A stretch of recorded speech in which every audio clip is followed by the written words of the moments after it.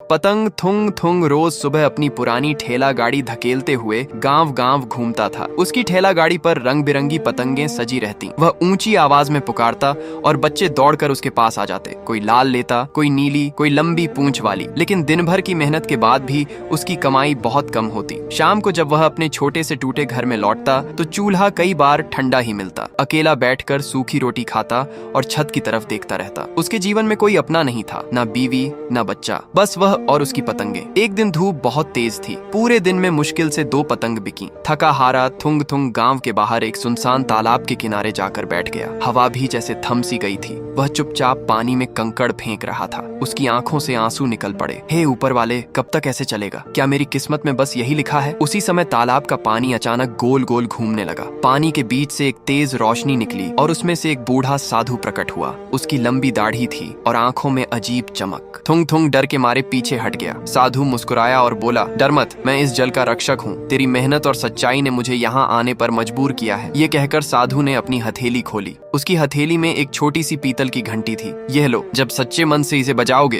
तो तुम्हारी जरूरत भर धन मिलेगा, लेकिन अगर लालच में बजाओगे तो ये घंटी तुम्हारे लिए मुसीबत बन जाएगी। इतना कहकर साधु पानी में विलीन हो गया। थुंग थुंग घंटी को हाथ में लिए देर तक देखता रहा। उसे विश्वास ही नहीं हो रहा था। रात को अपने घर में जब चारों तरफ सन्नाटा था, उसने धीरे से घंटी बजाई। टनन! घंटी की आवाज गूंजते ही उसके सामने कुछ चांदी के सिक्के गिर पड़े। वह चौंक गया। उसने इधर उधर देखा, कोई नहीं था। उसने उतने ही सिक्के उठाए जितने से अगले दिन का खाना और कुछ जरूरी सामान आ सके। बाकी सिक्के वहीं पड़े रहे और थोड़ी देर में गायब हो गए। अगले दिन से उसकी जिंदगी धीरे धीरे बदलने लगी। अब वह आराम से पतंग बेचता। जरूरत पड़ती तो रात में एक बार घंटी बजा लेता। उसने अपने लिए नए कपड़े खरीदे, अपनी ठेला गाड़ी ठीक करवाई। कुछ महीनों बाद उसने बाजार में एक छोटी सी दुकान भी खोल ली। लेकिन वह हमेशा साधु की बात याद रखता। जरूरत से ज्यादा कभी नहीं मांगता। एक दिन गांव का एक अमीर व्यापारी उसकी तरक्की देखकर हैरान रह गया। उसे शक हुआ। उसने चुपके से थुंग थुंग का पीछा किया। उस रात दुकान में बिक्री कम हुई थी। थुंग थुंग ने घर आकर धीरे से घंटी बजाई। व्यापारी खिड़की के बाहर छिपा सब देख रहा था। जैसे ही सिक्के गिरे, उसकी आंखों में लालच चमक उठा।